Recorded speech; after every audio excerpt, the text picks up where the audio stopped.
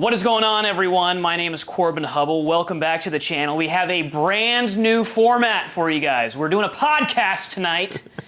I have a good friend here with me tonight. His name is Brandon. He's going to be helping us discover a little bit more about ourselves. We're going to be talking about a few niche things. We're going to be talking about spirituality, mainly spirituality. I mean, that's probably what you tuned in for, is to get a spiritual take. Brandon is a very in-tune, spiritual guy. I think you're going to enjoy a lot of what we're going to talk about tonight. We're going to talk about some of the holidays coming up, specifically Halloween, the secular version, and also the religious All Hallows Eve, All Souls Day, All Saints Day, and then we're going to kind of talk about Christmas, Advent, and we're going to kind of talk about the contrast between secular holidays versus religious holidays. And we're just going to kind of let the conversation flow from there. Probably going to cover spiritual warfare, some personal stories, do's and don'ts. So lock in, grab some popcorn, and Rex is with us tonight as well. Rex just had an accident. Well, it wasn't an accident. He got viciously attacked by a dog. So he's got some stitches down there. Look at the little guy. But we're just covering it up so he doesn't bite or do anything. But without further ado, Brandon Clancy, how are you? I'm doing pretty good, man. Cool. Yeah, it's a nice little setup you got. Well, cool. Well, let's just jump right into it. Okay. Do we want to get right into? I mean, let's think about. It is currently October 9th, the feast of Saint Dennis. Dennis is my boss, so I made sure to wish him a happy feast day today. Nice. But speaking about Halloween, Halloween is coming up.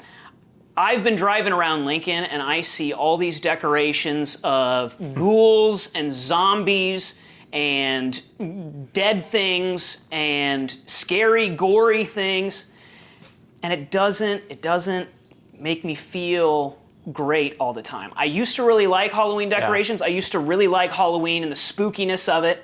And then you kind of have an awakening of what's really going on. Wait, so does that mean though that like you're not in for a good slasher? So I used to be a big horror movie fan, scary movie fan. Now, no, I'm not a slasher movie fan. I'm not. Okay. Gives you the heebie-jeebies at night? I don't like gore. It's like, I don't think it takes talent or creativity to make a slasher movie. It's like, oh man, they're gonna get her. I didn't think we'd start talking about movies right off the jump. Hey, you never know what we're talking now we're talking about like whether or not, I think now one of the big things is the CGI, is they're able to make things look too realistic, and they're able to, it's no longer like, there's no makeup, there's not a lot of craft involved in it anymore. Yeah. So I think that might have an effect on it. But dude, I'm not gonna lie, like the old Jason movies. Yeah, you like Jason? Like the hockey mask, the Michael Myers, like the piano soundtrack in Michael Myers, like unbeatable. That is good. Yeah, some of that stuff is classic. Okay, but to be fair, the old school like 1970s, 80s slasher films are different than the films they make today. Yeah. It's less gore, it was worse acting, less special effects. And now today it's like, how gory can we make it? How evil, sinister, gross. How many sex scenes can we Exactly. How many vices can we stick into a single movie? Yeah. And that just turns me off. I'm like, I don't want to consume that. Yeah, and I think consuming that is a danger of itself. It is, definitely. Yeah, I mean, look, I'll be honest. I don't watch them anymore either.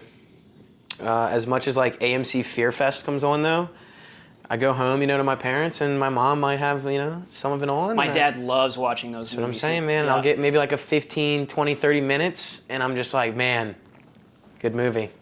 All right, well, I'm going to go do something else now. Yeah. I won't sit there and watch a whole movie. But the ghouls and most of the decorations now are all just like blow-up decorations now. Yeah. No one really like takes the time to really like do much with the decorations. Do you see like the 20-foot skeletons in people's yards? That's interesting. That's not. I mean, there's worse things than that. Yeah. But I do think. Have you ever woken up in the middle of the night at like 3 a.m. and just felt strange? Do you believe in like the witching hour? Do you think that's do you think that has a spiritual effect? The opposite of the crucifixion? Yes. 3 o'clock, when Christ was crucified in the afternoon versus 3 o'clock in the morning. Yeah. There was, so when I was in high school, speaking of spiritual experiences, and I don't know if this would count as like a spiritual experience, but there was a 2-week period in my life. In high school, I was in like 10th grade, and it was basically sleep paralysis. Like that's ultimately what it was. And I had this 2-week period where I would go to bed and I would have these dreams. And the first few days, it was like typical sleep paralysis. I don't know if you've ever had like experienced sleep paralysis. I mean, I'm from New Orleans, so I've had a multitude of spiritual things happen in my life. Yeah. I'll just say that. So the first few nights, it was like I would sleep on my back, and I'm afraid of sleeping on my back to this day. You're I do it afraid? now because I'm becoming an old man, and that's like the only way I can do it. But sometimes when I sleep on my back, but especially during this time period, for whatever reason, I don't know why it was this time period in my life, but there was a 2-week period where I would go to bed, and I would wake up on my back, and I was paralyzed. I was frozen. I was in sleep paralysis, and I would like be trying to move, trying to wake up, and you can't move. You're stuck. And the first couple nights, like it was fine. That was it. And then like by the 3rd or 4th night, I was starting to kind of realize that I was stuck. Realize I was like kind of dreaming. And as soon as I realized I was dreaming, like it became like an overwhelming sense of fear that I was like stuck and I couldn't wake up, and I would feel these entity, like I don't know if that's like the best way to say it, but like I felt negative energy around me, and I was trying to wake up, and like I eventually like could like roll over or like awake myself somehow. But that was only like the 4th or 5th night I could like wake myself up, and after the first week, the second week was much worse. I would go into sleep, I would go to bed, and I would wake up. I wasn't awake. I thought I was awake, and I would break through like the sleep paralysis, and I'd be like, okay, like I'm good now, but I didn't actually wake up.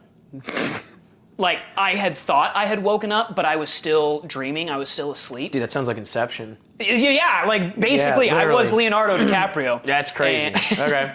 But it got pretty dark, and I don't know. I don't know if I'll tell it. I mean, it happened, and maybe psychologists can analyze this for me. But like night after night, it became increasingly more difficult to wake up. And I had to take more and more drastic steps to wake myself up after the fact of like getting up out of my bed, awake, not awake actually. But is this happening in my house? Here? Not at this house. It was in my childhood house. Okay. Or where I was at in high school. Okay. And where was that location at? It was in Lincoln. It was still I in was Lincoln. saying, like, is there a cemetery or any? So I have found personally, like for me, whenever I've slept over at people's houses, that sometimes when some of that stuff happens, that there could be just stuff around you, that's affecting your surroundings. Mm-hmm. And sometimes also like knowing that you're afraid, mm-hmm. that fear leads things to kind of hang around a little bit longer. Mm-hmm. So like, and honestly, I've had some of those same exact experiences. So you're not crazy. Yeah. If that helps, if that's for anything. Thank you. You're not crazy. I've also had some of the same experiences. Yeah. I would just say that one of the things that I practice now is like either reading the gospel before going to bed. Like, what am I digesting before going to sleep? Because I was definitely not doing that at that time. Yeah. Like I was much more lackadaisical in my faith at that point. Yeah. But it got to a point where it was like I was taking extreme measures in my dream, I guess you could say, to wake myself up. I had the realization that I wasn't awake. I was moving around. I was you were going like through lucid dreaming. It became lucid dreaming, and I had this overwhelming fear that something was like coming after me. Yeah. And I had to wake up one way or another, and I vividly remember like I would throw myself downstairs. Like I would go to the kitchen and like try to like hit myself like with doors or the oven door. Like I would try to like create pain, or at least the sensation or the expectation of pain, to kind of jolt myself awake. And yeah, there were some things that I was like, holy cow, like this is not good. But just one day after like the second week, it just stopped. Like it became a point where I was like, I still do this today where it was like reality checks. I do this thing where sometimes I'll look at the clock and look away and then look back, because when I was dreaming in that time, I would look at my clock, it would say 3:33 or whatever. I would look away, I would look back at the clock, and it's 12:54. And I'm like, uh-oh, like I am not living in reality right now. And that was a reality check, and that's how I began to realize I was still dreaming. Another thing I would do is I would look at my hands. Yeah. And in your dream, your brain cannot comprehend your 10 fingers in like the reality of what it is. Like when you look at your hands in a dream, it's like deformed and weird, but there were still moments in my dreams where I would look at my deformed hands and be like, yeah, that's normal. Definitely not normal. But like when you're dreaming, you don't always make that connection. So it was just like, those were just some of the reality checks that I would do. And I did that because I was afraid that I was asleep. And I would do that when I was actually awake too. I would like double check, look at the watch, look away, look back. It's like, okay, same time, that's good. But I mean, I've rolled out my body a couple times. you've what? Rolled out my body a couple times. What do you like mean? when like I've had sleep paralysis moments like that, and like you know, it was actually like it was on accident. Like I really was like just trying to roll over. Yeah. And my body just did not roll over, and I just kind of like fell out. And then I was just sitting there staring at my body, and I was like, oh, this is interesting. And then like just that was it. And then I just woke up, and I was like, I was just standing there looking at myself. That's great. Like an out-of-body experience. Complete out of body, complete. I mean, the entire room looked the exact same. Everything was the same. I don't really pay much attention to that stuff. Most of the time now, when I'm sleeping, I sleep with a devotional candle lit in a bowl of water, and I read, you know, the gospel before going to bed. I just want to start my morning off right, and if I'm tired and groggy, it's normally like, okay, what happened while I was sleeping type deal. Like I'll try to like journal, or like, hey, where did my dreams lead me? What was my subconscious speaking to me? Is there unconfessed sin or something that I need to like, what was going on in my life? Where's my mental state at? Because when we're sleeping, a lot of that stuff does come forward, whether we know it or not. Yeah. So like those unresolved fears, what fear is it pulling on? You know, if there is something there, what is it pulling? What thread is it pulling on? Is there a door that's opened? How do I shut that door? Who can shut that door? I mean, obviously from your channel, we all know who can shut the door, Lord Jesus Christ. Amen. But we ultimately have to make the decision to shut the door. So the door, I mean, he can shut it for us, but if I'm the one that's still opening the door, you know what I mean? Right. Then that's not going to do anything. It has to be a conscious will decision to say no, take authority over it, and get rid of it. So, and that's one of the things that I had to learn about spiritual warfare. I mean, since we're going, you know, we went from ghouls to all of this to spiritual warfare, Corbin. Hey, we're flowing. We're flowing right now. Okay. So yeah, one of the things I learned is just taking authority over what I can in my life. And not by anything or any merit that Brandon has done, but everything that was done at the cross and the crucifixion. And so one of the things for me that I struggled with in spiritual warfare was I felt like as if my faith was like, yeah, okay, like I believe in Jesus Christ, I believe in the crucifixion, I believe in the resurrection. I would say within the past year or two is really when I came around to the second coming. And I found that the reason why I was struggling with that is because of materialism. So materialism is kind of the opposite of, you know, in my struggling degree. With like the reckoning of the second coming, or like I believe that in the spiritual preparing for it, or what? The spiritual side of like what the second coming means, as far as that there is an eternity, that there is an afterlife, that I do have a soul, that he really is who he says he is. He's got a plan for me. He's got a plan for you. He's got a plan for everyone listening. He does love you. Just weeding out all the lies that the enemies have told us, as well as society. And obviously, you know, there's a battle over society. Who's going to control society? You know, obviously, yeah.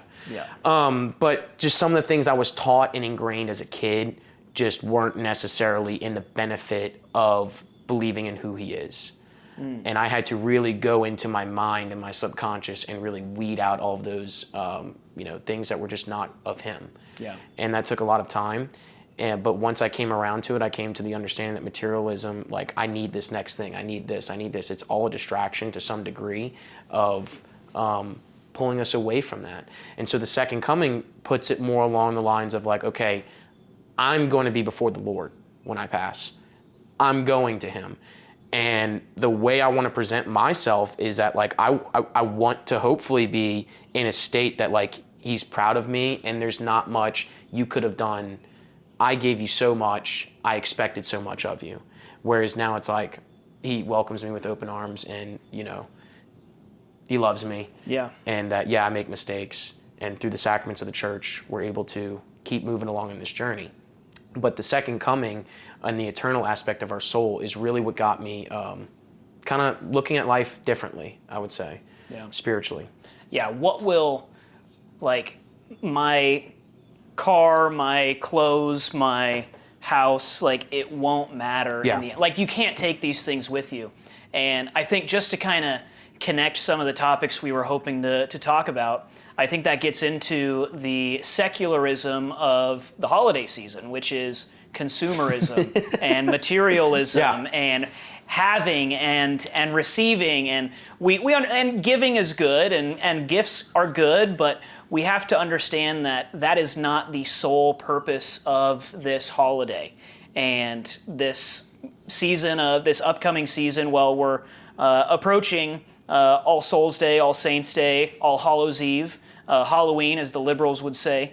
But when we approach Advent, and I mean, as soon as Halloween passes, it's Christmas. Any store you go into, anywhere you go, it's Santa Claus, it's Mrs. Claus, which is a heresy, by the way. Santa Claus was a bishop of in Turkey. Bishop in Turkey. Bishops cannot marry. Santa Claus did not have a wife. Mrs. Claus is a heresy. But I mean, let's look at like what Christmas really is now. Yeah. Over here, what is it? Money. Money. Money. Money. Money. Money.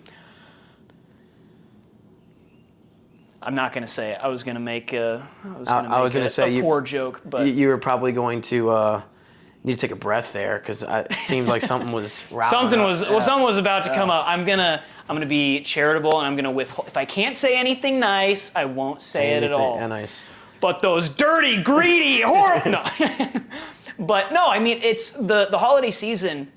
It's talking about the second coming of Christ. We're celebrating the first coming of Christ, the incarnation, the nativity. Beautiful. That is something that should be a Christian cultural tidal wave in the United States and through the world. But I think it should in a proper country, given the powerhouse that the United States is. Like, the United States has a responsibility to make to be the example on the world stage of placing Christ in the manger on Christmas Day. But I mean, how can you do that though when you're outside the sacraments? I think that's something that I've come to the realization on, especially for the amount of people that I've interceded. We can tie this into spiritual warfare too, about what it means for like the soul's journey and what Christ is trying to do, like with me, with you, with anyone watching.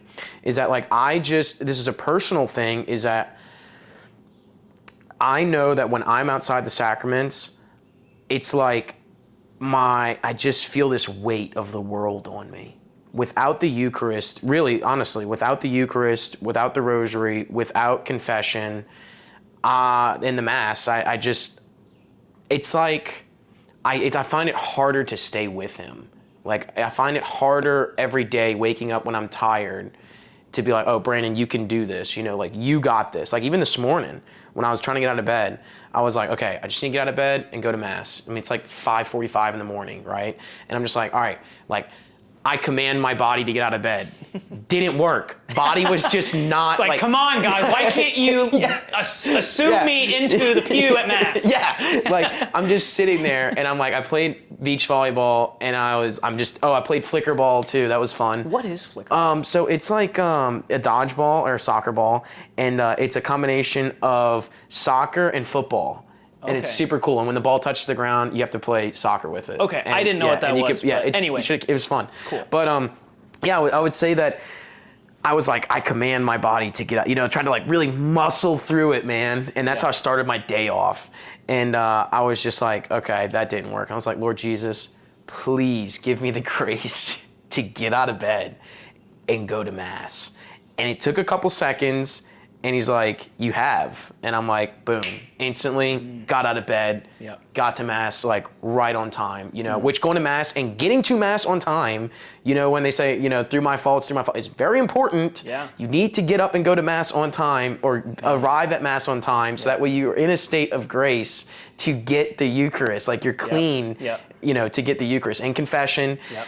And when you're just not in any of that, man, I struggle very hard to see how you can even lead a country when you're not. Right. I mean, how have we, how so has we, I can't talk. It's late. We have turned our back on God, on Christ, on his church. As a country, we have abandoned him, and we've expected what? We've expected grace, and we've expected prosperity, we've expected blessings, yet we have turned our back on him. Yeah. It's kind of like it's like an oxymoron. It's like, one nation under God, except we're gonna turn away from God, or at the very least make an idol of who God is, and be like, God is do whatever you want whenever you want because freedom. It's like, what? Yeah. Like this is an abomination. Well, we're growing up now, and I mean, I'm partially at fault. I'm sure everyone is listening, and a lot of us are growing up now that we're just scripture illiterate. Yeah. To some degree, we are. I mean, we're trying to get better, Yeah.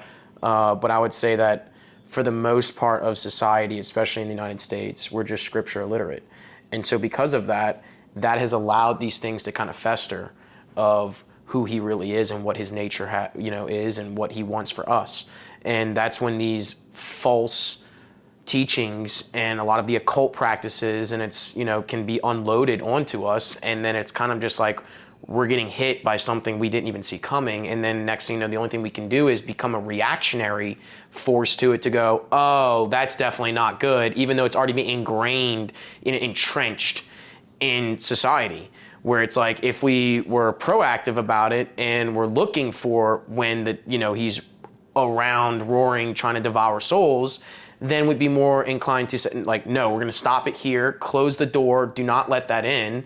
That can remain elsewhere. Where now it's like, it's everywhere, it's at your nearest bar, it's at your school, it's in church, it's everywhere now. And so, I mean, look, his plan is perfect.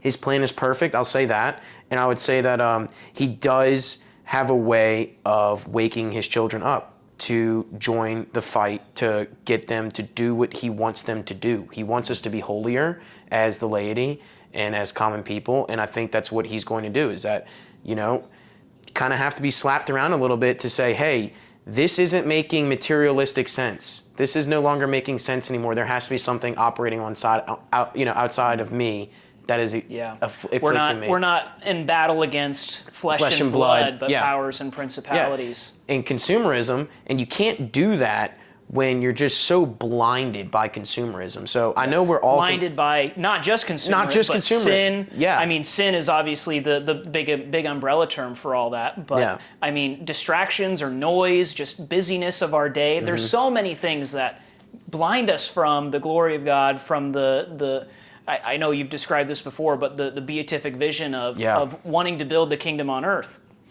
I'll ask you this, is that what if let's just hypothetically play this out, which I don't think this is going to be the case, but it could. I don't know their plan, and I'm not supposed to know their plan. I'm just supposed to do what I'm supposed to do. But what if the grid went down and there's just economic world poverty everywhere, and you had nothing to do? What would you do? And there's a Bible sitting in front of you.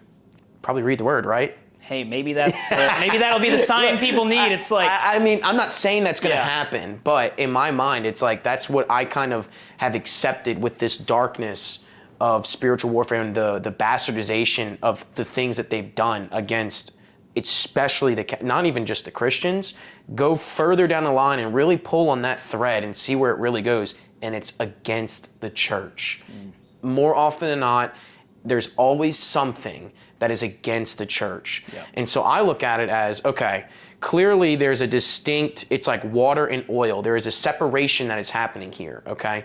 And there are people that are waking up and there are people that are not waking up. If you are one of the people that are not waking up, then things are we're gonna continue to go down this path of, rejecting God and doing all these things. Okay, well, you're a pretty intelligent guy. I'd like to believe we're somewhat intelligent, right? Rational human beings. Okay, if that is the case, then what is that going to manifest in the world and look like? Well, it's going to be really dark, and it's going to suck. Like, it's not going to be fun. There's going to be a lot of poverty and a lot of things because we're without grace. We're without his divine teachings and we're without the word. So then things they're not going to be good. During those times of hardship, though, he's still going to have those people come to light, I believe. Mm-hmm. I believe that those people are still going, because like when it's the darkest, when you've got nowhere to go, you're going to eventually look up. Yeah. And that's what I feel that's one path that we could take. I think that is the hope that we want people to, at their darkest moment, turn to the Lord. And I think that's a very human thing to, the saying is there's no atheist in a foxhole, or like when a plane's going down, even the atheist is praying. But I'm reminded of a debate, and I forget who it was between, but I want to say it was, I could be wrong, but I want to say it was Charles or Richard Dawkins, a famous atheist. And he was in a debate with a Christian, and the Christian asked him, what would it take for you to believe in God? And he says, well, I would have to have this big, why wouldn't God come out and have this big booming voice and say, Richard, I am God, and I created you, and you have to follow my will and do all these, and follow me, and love your neighbor, and all this. And the Christian responds to him, and he says, are you sure that's what it would take? Or would you just, the next day, as soon as that vision was over, would you turn to your wife and say, honey, I just had the strangest dream? Well, what can convince someone who is unwilling to believe? I would say that that's all on his timing and maybe that soul's just not ready to come to. Right, and I think you're right. I don't think he is ready. And the question is it's God can do, God has provided enough grace for every single one of us, at least in the entirety of our lifetimes. He is a just God. He gives us these opportunities to turn to Him. There is never an injustice with God at the end of our life. He has given every single person sufficient grace to believe in Him, to turn to Him, to come to Him. But it is still our responsibility to extend our hand and grab onto His. Yeah, I would say, though, the only thing I have to say about that is just that, look, man, some people are just, it's like trading, right? You buy a stock, you can sell a stock, right? That reminds me, I need to, no. Well, everything's just... I did buy some stock today. Yeah, so it's like buying or selling, right? And I like to think of faith in some ways like, well, I don't, think about it this way. Think about how many people you could win over to the gospel if you just talk to them like this. You have Robinhood, right? Everyone has Robinhood. Oh, yeah, I got Robinhood. Oh, I love my stock. I love my stocks, dude. You buy them from NVIDIA up and to the right. Dude, it's made a lot of money for me. I know. But like now I think of it as like, wow, that's crazy, right? That how addicted to money you are as far as like buying that stock. And I was like, how would you feel though if you were on the losing side of that trade? You're the short sellers actually selling the stock. And every time it goes up, you're just like, there's just no way. Like, I'm losing so much money, And that's how I look at my faith, is that I believe in faith in Jesus Christ and all of the graces and good things. He's a good God. He's always been great to me. Regardless of what's going on in my life or how I may feel at the time, it just takes some time for me to get there to be like, okay, what does he want me to see now, right? Like some really deep reflection. But imagine if we talk to him like this. It's like, okay, well, if you really believed in eternity or some form of afterlife, which I don't even know if they do, some of these people, we don't. Yeah, I think a lot of them just think, oh, well, when I die, it's just like I'm sleeping, or it's just like before I was born. Yeah. It's like. Well, that's what the, evolution and all of this nonsense that they've kind of preached onto us for a long time. Yeah. Deception's at an all-time high. But when you think of it, you don't want to be on the wrong side of eternity, right? Right. You don't want to be on the wrong side of the trade. Yep. So invest in Jesus Christ. It's like, what's the downside? Oh, the downside is I have a family and I go to church on Sunday and I live a virtuous life. It's like, what? Like, I don't contract an STD. I don't get killed by some hitman because I made a bad deal. Like, what? Like, anyway, yeah. Invest in Jesus Christ, man. And that's what I would say. Yeah. Yeah, but this is financial advice. Invest in Jesus Christ. Invest in, yeah, there you go. I like that. Yeah. Not the like cryptocurrency scam, but the one in the Bible, the true and living God. Yeah, especially in the church, man. I just wish there's nothing more than I would want to go to work and we just start our workday off with prayer. Mm-hmm. Like even Dude, I don't even do that at my work. It's like. And granted, I'm one of like 2 people in my entire wing, so it's like there's not a lot of people doing that, but I mean, I have a chapel upstairs. I need to use that more. My thing is we just have to welcome the Spirit of God more in this country to everywhere we go, because I am finding that even when I am with the Lord, like I'm just wet, dude. Like I'm just like everything I'm doing is just going right, and it's not by what I'm actually doing. It's just like, wow, this is amazing. Like you can feel it's just waves crashing. It's a beautiful feeling of just this peace and serenity that is otherworldly. That is just, it's like, okay, it's good. Yeah. And I just wish that everyone could feel that. I want everyone to feel that. I want them to know that they are loved. But you got to play by the rules. You got to know what the rules are, at least, to even Yeah. And I would say that just, if the Spirit is not, because I've been in places before where the Spirit's just not welcome, and it will just not reside there if it's just not welcomed, and that's when I'm just like, I really just wish that these people would just like come to the realization that like they're humble themselves before the Lord, humble themselves, in this world. Pride is a deadly sin. Dude, it's something everyone deals with. It's so brutal, and it's almost like a hidden vice. It's like there's a meme where it's like this guy is like pushing he's like pushing a huge rock up a hill, and this huge rock is he's pushing this huge rock up a hill, and the hill that he's pushing it up on is the hill of lust. And he gets to the top of the hill and he's like, I've conquered lust. I've done it. Like I'm at the top of the hill. And then he looks around the rock and it's just a plateau. And then pride is a straight 89 degree uphill climb. And he's like, oh boy, like I had no idea. But it's all part of the same mountain. All of it. Yeah. I would say like another thing too, like I know that I asked when you asked me to come on here, I asked you, I was like, let's talk about some music. Because I think music is one of those things too that they are using. I love Christmas music. Yeah, I love Christmas music too. There's some not so good secular Christmas music. I know. Gregorian chants though.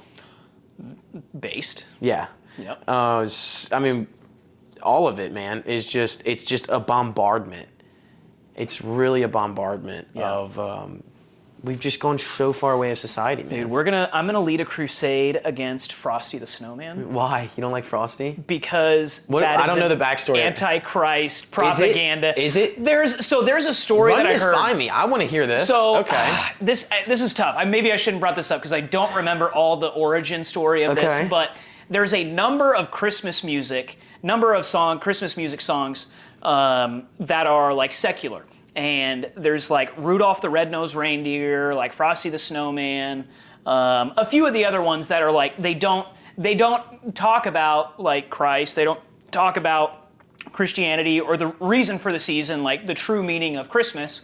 They're talking about... What is now that I think about it, because I mean, I grew up hearing all of these songs, but what are the point of them? So the story of what I heard, and this is all hearsay, I don't know.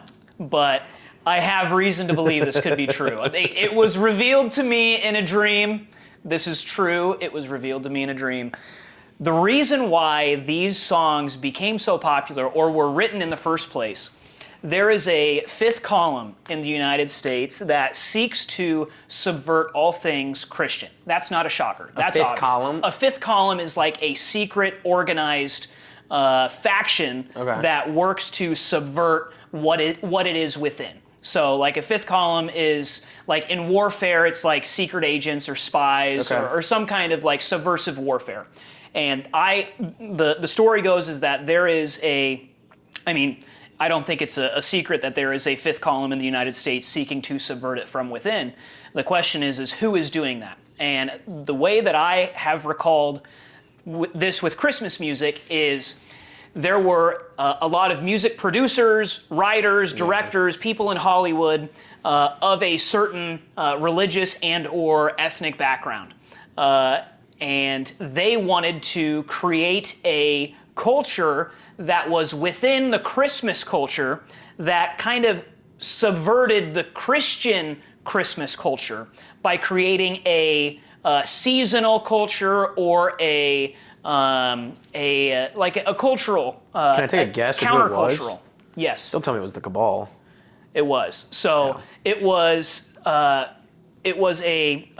Hollywood and music, it's no secret that Jews occupy a outstanding number of positions in those fields. I wouldn't say that. So I've looked into like their mystics writings and like what the Jewish mystics believe of like Hermeticism, I think it is, Hermeticism. Okay.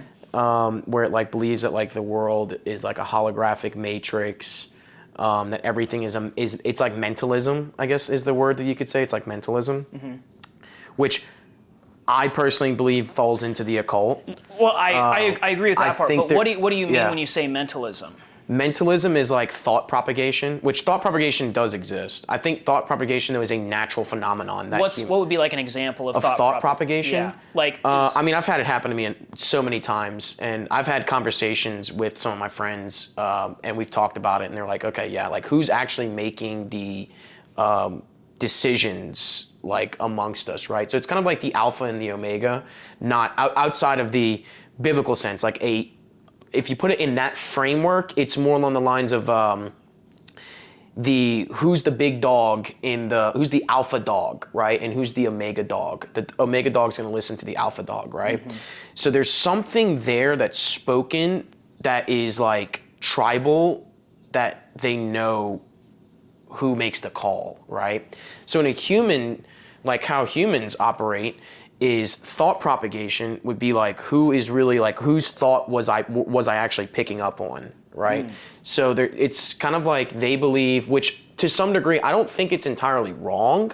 I just think that it's being manipulated, and I think that they're doing it for not his kingdom. And I think the people that have these physical psychic abilities, there's something in their brain may be operating at a higher frequency, and so it's able to blast out more brain waves, and like the people that are operating on a slower frequency tend to pick up on their thoughts more, and then they perceive it as their own thoughts. It's a very deeply rooted psychological question of like, what is thought? Like, whose thought am I receiving, right? Is it my own conscious, or is it a thought that came from outside? Is the thought coming from within, or is the thought coming from without? So this is like what they believe. This is their material mysticism, thought propagation. Then what they do is though they couple it with like rituals, right? And that's when the occult side starts coming in, and they'll try to separate the two. They'll try like hypnosis, right? Like going into a super deep subconscious state this is all tied into the Cabal and a lot of how they operate. I think there's also a lot of signs and symbols that play into that. 100% that have just, I mean, and now like if you're close enough to Christ, you could be like, okay, like I don't feel so good. Like, what's going on here? Like you're within some dark stuff. You need to leave or rebuke it and leave. So yeah, thought propagation. It's like if we were to walk on the sidewalk, right, and we were to go downtown, and you and I are like, okay, let's try this experiment. Let's just you and I not speak of a certain topic. Let's just talk about dogs, right? But let's think ice cream. Let's just think non-stop ice cream. What flavor? Just in your mind, really think about eating ice cream, right? How many people would we walk past that would pick up on that thought of ice cream? So it's a very unique, it does exist. I think Interesting. it's like a version of what you would consider telepathy. Yeah. And I think humans have this ability because dolphins can communicate through sonar and through waves propagation and things like that. I think that humans. Now, is this like, what do you, mentalism? Is that what you call it? Yeah, it's called mentalism. So is this a practice like of like the occult, or is it just like a form of hypnosis, or like what is it? So my thing is that they call it, so like, again, it's very hard to separate all of this. Yeah. Because the church would actually probably say it might even be ESP, which is like super frown. Yeah. ESP is like, well, my belief of ESP is that you are fundamentally opening it's like if you take DMT, right? It's like, yeah, okay. You I are gotcha. forcing those doors open Yeah. inside of your brain.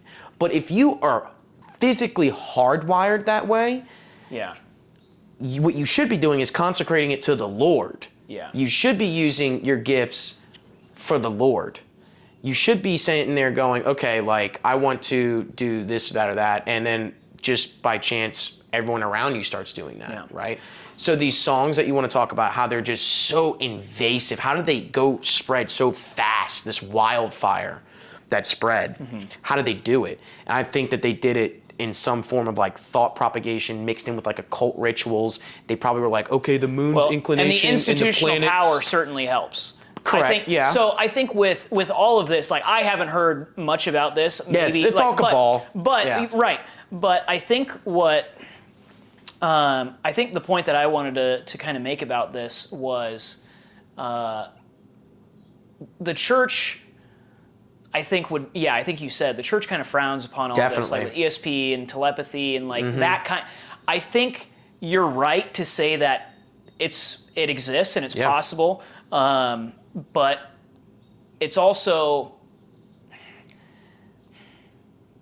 I don't think we should be dabbling in that kind of stuff. But it's also like, what if you were these someone, occultists, this cabal, whatever you want to say, they do dabble in this stuff. So my and thing it's is almost this. like a ritual or like magic type thing. Yeah. It's like I don't know. I don't like it. I don't want to deal with it. I rebuke it in the name of Jesus. Do you not think though that a lot of the mystics though through the Catholic Church, so I look at it as this, right? There is this war that is existing amongst us of the mystics, the Catholic mystic saints, and basically the occultist. They both have the same abilities. They both are looking at knowledge in two separate places. The Catholic mystic saints are looking to Christ. Yeah. The occultists Yeah. are looking to Yep. Satan. Yep. And that is where that fight. Well, and the method of achieving this knowledge is very different. Like with the occult, To some degree. With but that, we do rituals, if you think about it. Like, Right. we do rituals, though, in the Catholic Church. Absolutely. But they're for the Lord. And they take time. There's a method. There's a process, and it is for And the Lord. And I have it think with a too. lot of the occult, with a lot of this cabal, kabbalistic, whatever you want to call it, includes drugs. It includes Some of it. like very Sacrifices. abuse. Yeah, animal sacrifice in some Trauma. cases, human sacrifice. Yeah, what are the emotions? What are the feelings and motives that are driving the desire for knowledge in the occult, in the secret hidden knowledge of the occult, rather than the true and beautiful and whole knowledge of Jesus Christ? It's almost like a shortcut to take the occult It's just way. completely inverted. The easiest. Right, you're right. It's It's completely inverted. inverted. So that's what I would say. When is you that- meditate on prayer, when you meditate on the the mysteries of the word. rosary, on the word, on Yeah. all these things, those are good ways to achieve this kind of higher state of knowledge. So but on the flip side, there are drugs. There are ways that the occult or these elite people in government or in politics or any powerful position, when they want to achieve some kind of secret knowledge, they might be, I mean, there's a lot of conspiracies that go around, but I'll stick with the things like ketamine or DMT Yeah. or So drugs. LSD. Right. Yeah, all these different Okay. psychedelic drugs where Right. it's almost like a veil is lifted. And I think in meditating on the mysteries of the rosary, on the word, on Christ, a veil is also lifted. Yeah. And that is a beautiful thing. I think when the veil is lifted, that is a good thing, but it depends on who is lifting the veil. Yeah. Is it Christ lifting the veil for us to receive him? Or are we to see sneaking his into the beauty? kingdom? That's how so I think that like there are people that like, if you want to go down this route, we can go about some of the cabal and what I think is actually going on. What I think is actually going on is I do think that they are going through. You said you were outside of you were in a dream state, right? So I have an engineering brain. I look at things logically. Does this logically make sense? And I looked at a lot of the metaphysics, and I believe as we're going through the world, especially at our age, there are more things that are being opened up to us, more information, and that information can pull you one way or the other. It can deceive you, or it can be know thy enemy. Know what they're doing and pray against it. Know what they're trying to do and stand firm in the faith. Yeah. And I think that's a gift. There's been times when that gift is something that I wish I didn't have, that I don't want, because a lot of people get freaked out. They go into this like fear, or they go into this like, oh, well, that's not this, that's not that. I'm like, okay, regardless of what may be happening, this is what they are doing. And so I'm just going to go to the cross with it. I personally think that they are using technology. This is crazy to say, but I'll say it on your podcast. I think they're using technology that is from a higher realm. Oh, absolutely. I mean, with artificial intelligence, with some of these like processing chips, like this micro technology that they put in cell phones and the 5G towers and like everything. Like now I'm sounding very crazy, but You're it's not. true. It's no, like this is happening. There is a knowledge that I think was not just discovered, but I think given to us by people. Like there's stories that you hear about of people who are on some kind of drug or psychedelic or in a different headspace, a different reality, and they kind of come down from this high, and they now have achieved some kind of secret knowledge or formula how to solve these different things, and it's like, but where did you get that from? So my thing is this, that not only like do I believe that happens, there's been enough evidence as an engineer that I'll sit there and I'll tell you, now I'm pretty sure that has happened. Like I am more than certain. That's I'm happened. of two minds though. I'm of two minds. Yeah. That's my one mind. My other mind is we are like as a white man, we are super smart, and that's an achievement for civilization. Sure, but my thing is that's great. But my thing is always this: what are the fruits that come of it? That's true. What are the fruits that have came of it? Yeah, we're going to destroy everything with it. I've always looked at it as like this, right? Is that all of these things that have come to fruition, like the intent at first is always good, right? And this is how he deceives people. This is how Satan operates, is the intent is always good. Like he tries to like show you, oh, look how grand. Yeah, look at this. All of this could be yours. All of this could be yours. Yeah. He shows you all of this, and you're sitting there and you're just lapping it up, dude, like a dog. You're just sitting there like, yes, dude, I'm gonna get so rich off this idea. I'm gonna patent it. I'm gonna, the whole world. This is gonna change the world, And they come out with these ideas, right? Like Facebook, Snapchat, Instagram. You talk about even just the social platforms that they're utilizing against us. All of these platforms, I believe their initial intent wasn't actually bad. Like, I think that like Facebook as a whole, dude, if you think about it, like what's so bad about like my grandma posting a picture? Yeah. Right. But look at it though. Look at where it's gone. And now you really start to see, you're like, wait a minute, like this is not something that was, it's like it was bastardized, it's like, it starts off good and then they invert it to control people. Yeah. And that's when I normally think, okay, that's probably some form of technology that, was that thought. Where did that thought get into? So all of this reminded me of I use ChatGPT when I discover something and I'm like, I need to know as much as I can in like 5 minutes. Yeah. Like just tell me everything. And there was a program that was very controversial right around September 11th attacks. and it was the Total Information Awareness Act. Yeah, and I know, it was run by DARPA, Yep. and it was established in 2002. But the goal of it was to detect and prevent terrorist activity by collecting massive amounts of data across like every single platform, including things like financial records, travel, medical stuff, internet communication, calls, email, social media. And the crazy thing about that is that it was obviously that was like a huge controversial issue in 2001, 2002.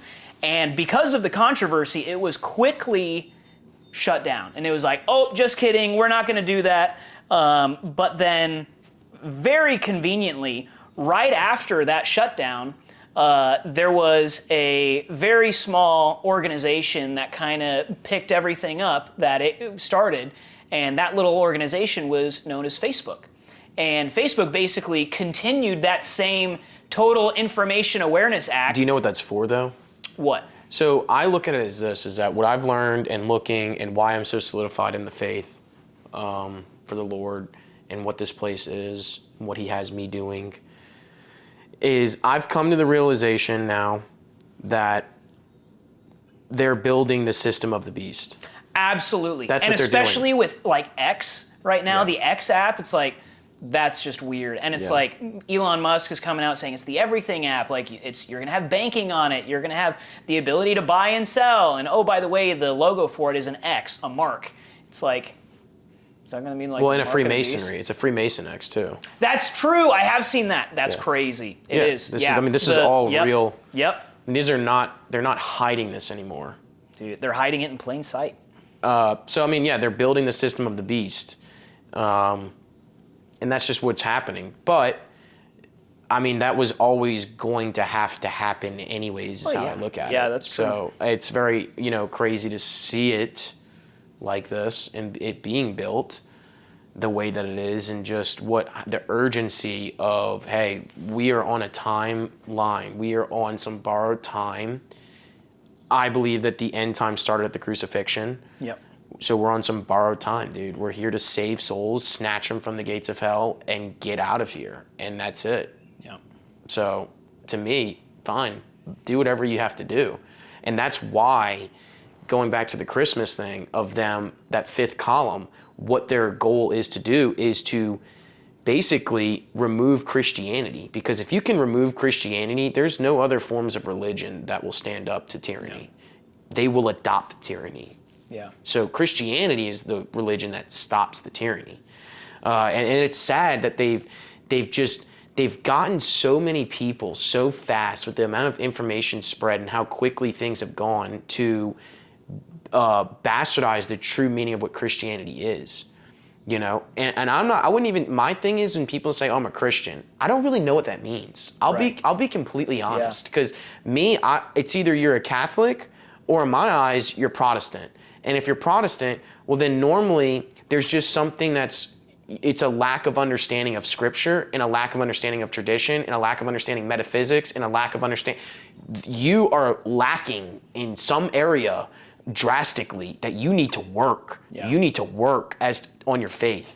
And I'm not saying that Protestants can't be saved. I'm not saying that. Yeah. But I'm sitting here saying like, whoa, like the church is where a lot of this, and the church knows about, if you look through the actual mystic writings and look through like all like the doomsday stuff that they talk about and all that, it's kind of lining up with a lot of what people have been saying. A lot of what like even the normal people now who aren't even in the church are sitting here going, hey, wait a minute, this AI stuff's getting kind of out of hand, man. Like, kind of crazy. This financial systems are kind of getting out of hand now. They're blowing this balloon up to how large we know, nobody knows, and if it pops, we're going to be back into the great financial crisis. Yeah. They've already they have all of our manufacturing under control. They have all of the corporations under the control. There's no mom and pop shops anymore. They have our facial recognition, they have everything. Our thumbprints. Everything. They have my biometric data, Everything. my heart rate. It's like, they have everything. Everything. And not only that, now this drone warfare, what people don't understand about what's happening in this drone warfare is those drones and the weapons technology that they are created. It's already been created, but they're utilizing now, testing and training these algorithms with data sets. They are going to be used, in my opinion, to persecute Christians during that time. Absolutely. Those drones will have thermal vision on them, and when the mark of the beast comes, I don't know when I don't think we're going to see it in our lifetime. Yeah. Pray that we don't. Yep. Yeah, pray that we don't.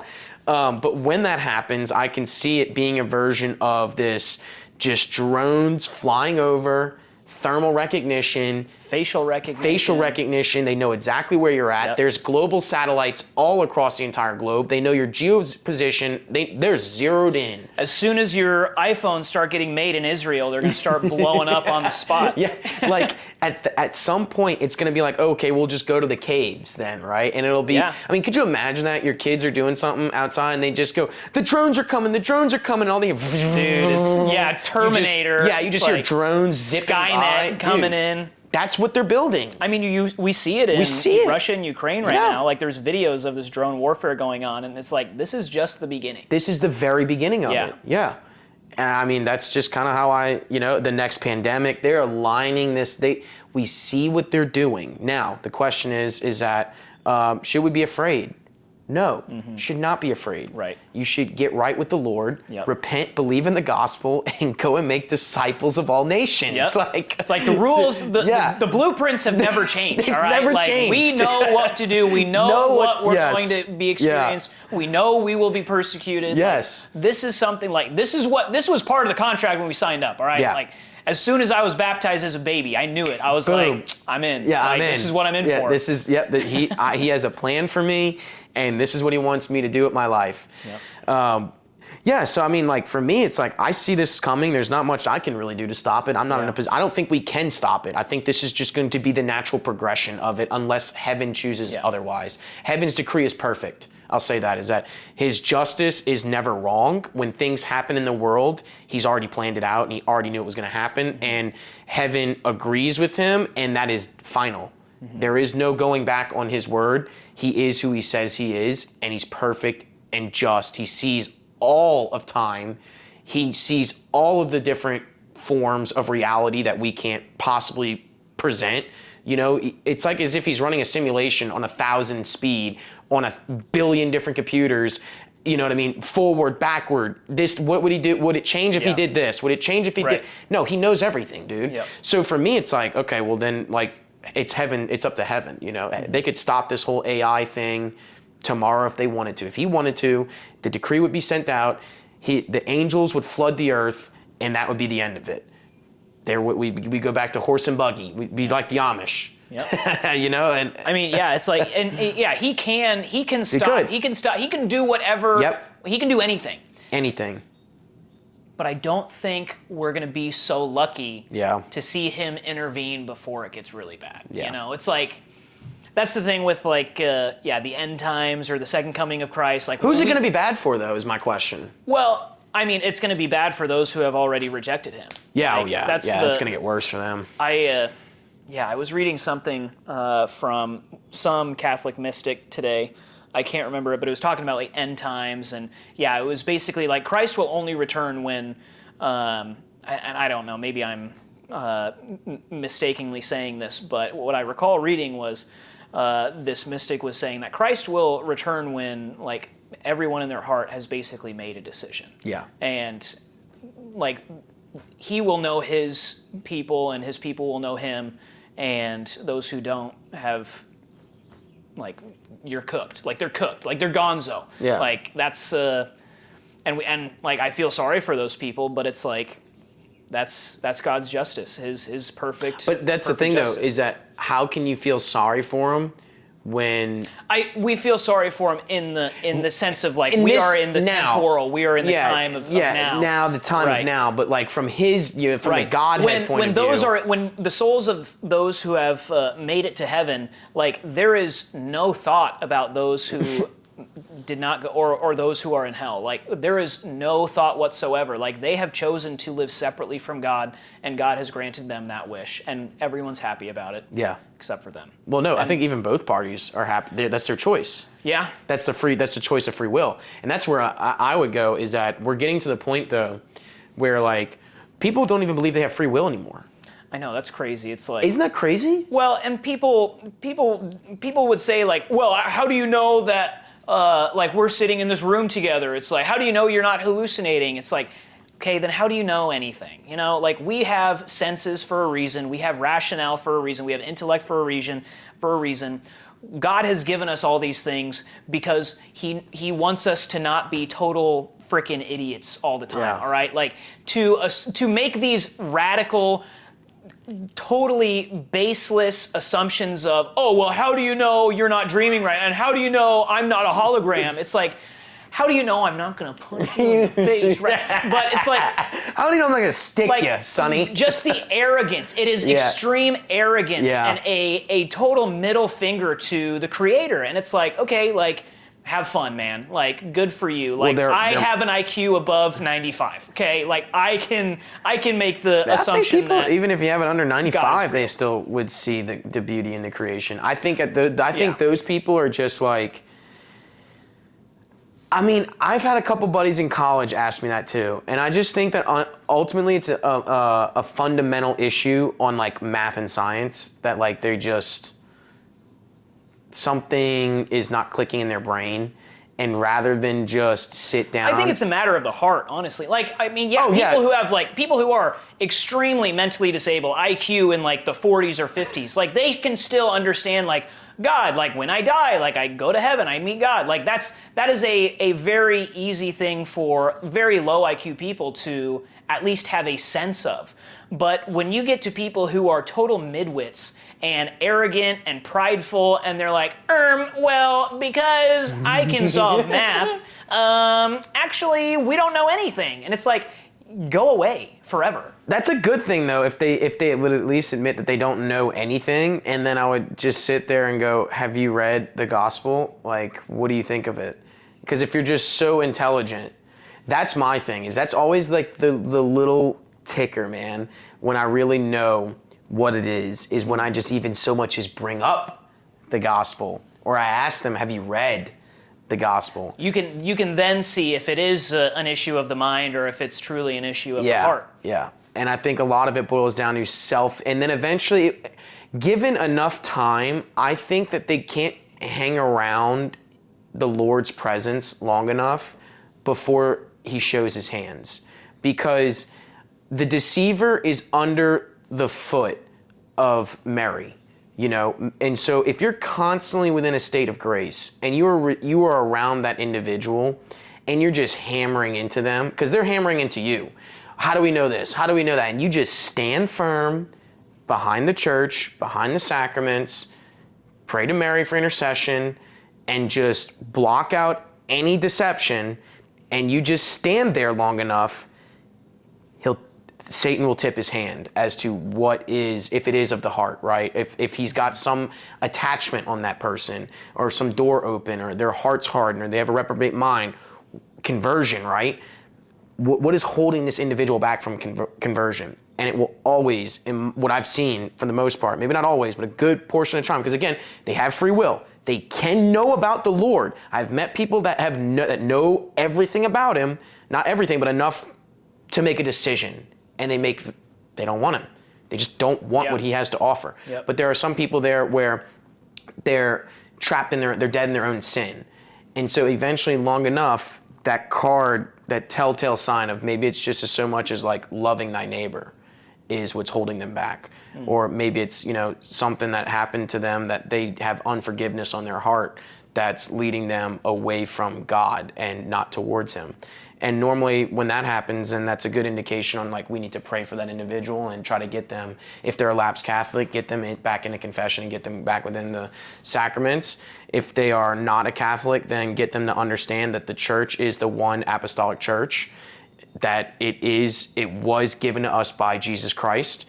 And if you want to argue that, don't argue with Brandon. You're more than welcome to go and argue with all of our doctrine. And if there's small things that you don't agree with, sure, but don't let that take away from the totality of the church. Right. You know, and if there's, what are you going to argue against? Because they've been trying to argue and rip it down for thousands of years. And yet here we still stand where we sit, We look at both sides of the argument logically, rationally, in a good state of mind, I'd like to believe. And you could sit there and go, I still don't discredit this church. I still think that even through the rights and wrongs, that it's still his church.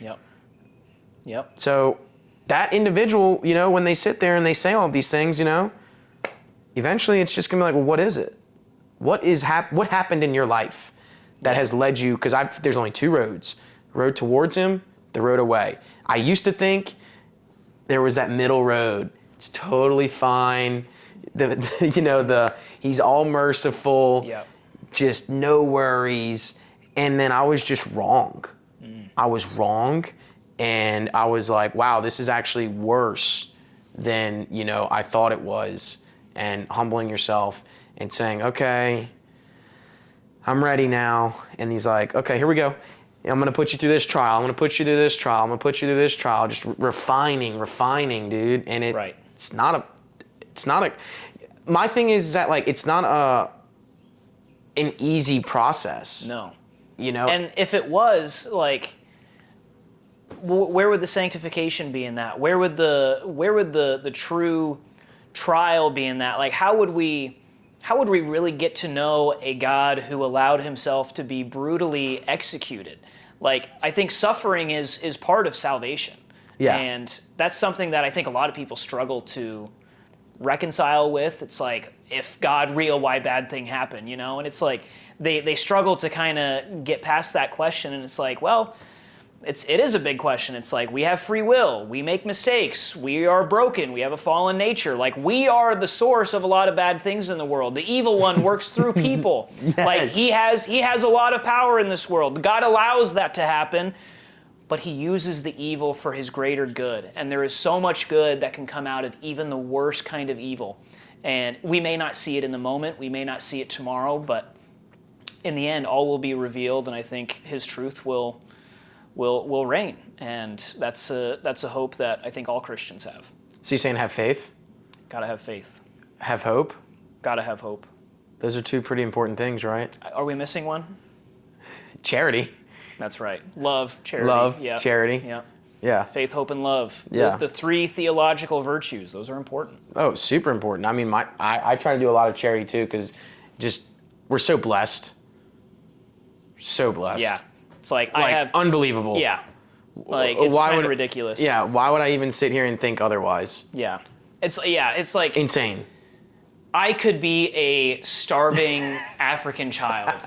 And it's like I could literally be on a dirt floor right now in a little shack and flies like crawling all over me, and I could be like that is someone right now and somewhere else in the world. Like, they are on their last breath right now, surrounded by mud and dirt and stray animals, and they are suffering.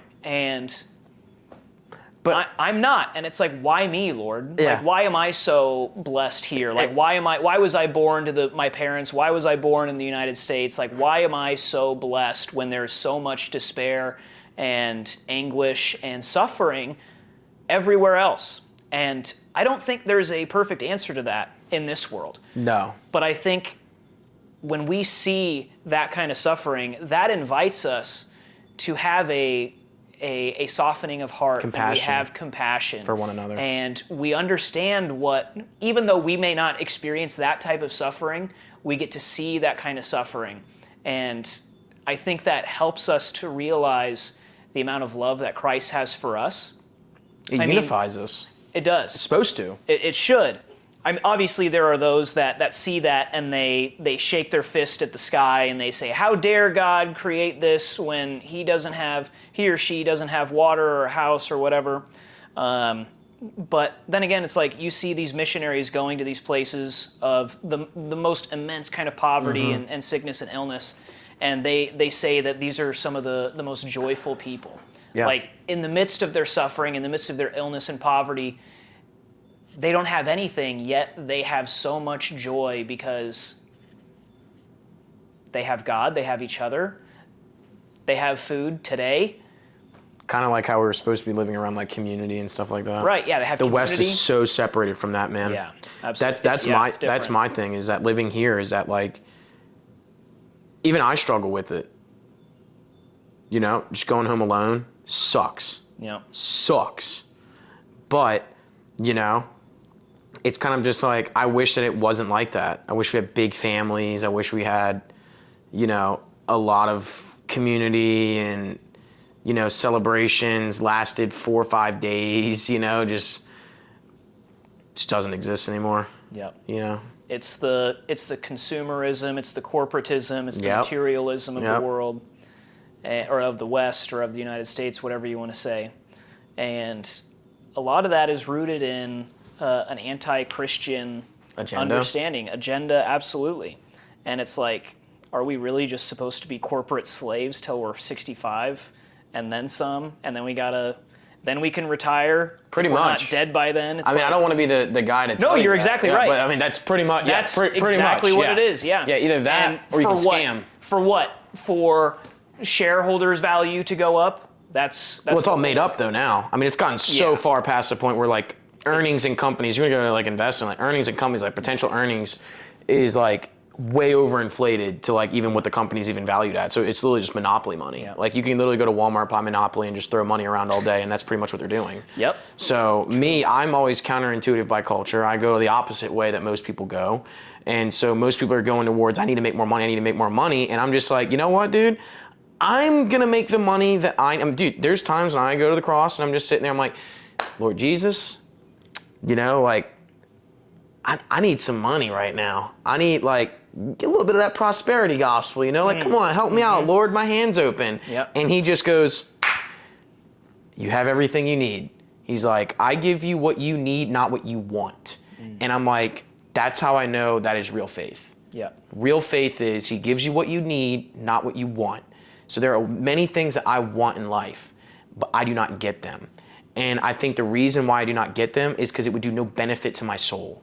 It would only hurt me. I'm a pretty intelligent guy. I can go and make a lot of money. I can speak fairly well. I could scam. I could do all of the other side is calling my name day in and day out. They call me and they go, Brandon, are you ready to join the dark side? Are you ready? Deal or no deal? Yeah, deal. No deal. No deal. We'll hit him again tomorrow. Yeah. We'll make his life suck right now. We'll make something happen in his life where I am offered again the choice to accept the Lord and the plan that he has for me. Well, and isn't that an everyday? Every day. Yeah. Dude, it is brutally every day. Every day. To accept the Lord and what he has and take the lashings from other people. Like that's ultimately too, is that when he cannot get to you and the evil one cannot get to you, he will get to you through other people. Other people will start lashing out at you and they will start saying things bad about you and they will start doing things bad about you. And you're just really you're unifying yourself to the crucifixion, like to the passion of him going to the cross. And that's my thing. It's crazy to see that. You know, because I didn't understand it. For the longest time, I was like, why am I always bullied? Why am I always picked on? Why am I, like, what is so wrong about me, you know, as a human being? Like, I'm a loving God. I like you. Like, I love you. Like, I want the best for you, you know? And there is a force here that just is completely opposed to that, you know? And so at work and all these times, they just beat you up, whatever the case may be, and you just go home and you go, you know what? Thank you, Lord. Thank you, and I bless all of those people. I hold nothing against them. Have mercy upon their soul. Bless them in all the things that they do. And it's, you know, that's it. And just keep moving on. And dude, that's, you start climbing this ladder of just peace that the Lord gives you. And it's so amazing, dude. So yeah, you talk about like going to work every day. Yeah, dude. I go to daily mass, come back, scripture, rosary, head off to work, worship music, whatever, just jamming to work, get to work, sit in the cubicle, do a little bit of design work, get out the cubicle, worship music, go home, like dinner. Like, to me, it's not that bad because I know of the fruits of the soul and what he's doing in my life. When there's been so many times where it's just like, okay, well, what if I just invest in this like crypto meme coin and I just get like 10,000x, right? And then I think about it, I'm like, okay, Brandon, like let's dial the clock back like 6 or 7 years, right? And let's go back to see what you were doing back then. okay, well, I was drinking, I was doing stuff I wasn't supposed to be doing. Yep. And I was like, if I had millions of dollars, I'd be drinking and doing stuff I should not be doing. Well, yeah. You'd be doing all that and more. Yes, so we have been selected, Yeah. and we are running the race, and we are happy to be running the race, even if there's tears. Right. Well, yeah, and it's practicing gratitude, forgiveness, being thankful.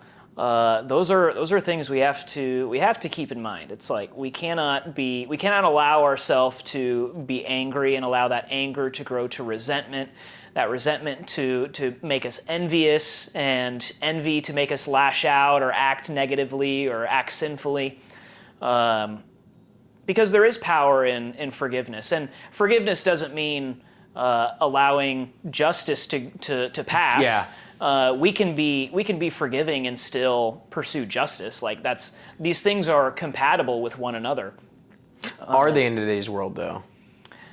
Well, I think we live in a day and time where all things are permissible and nothing is forgivable. That's really the secular culture of today. Oh, do whatever you want, whenever you want, whatever feels good.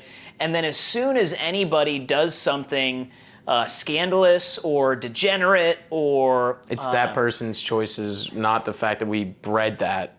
Right, and it's like the society that has invited you to commit these sins turns that on your face and say, look at what you've done. Look at how bad you are. And it's like, wow, like, great. But isn't that a reflection of the evil one? Yeah. Like, isn't that obviously something that is a source from him? Like, that is how he operates. And it's not always so grand and it's not always so seen, but he does work in sophisticated ways. But that's why confession is so important, though, because whenever I'm under that type of attack, and those are the thoughts and things that are coming externally into me, where it's like, look at what you've done, look at all the pain and suffering you've caused, look at all this, look at all that. I just can respond with like, I have confessed my sins to the high priest. Right, absolutely. I have confessed my sins to the high priest. Yep. And normally then the accuser has nothing he cannot accuse you of it. I mean, now that doesn't mean that he can't poke at your wounds that are still there, you know, which you made a great point about the crucifixion and the resurrection.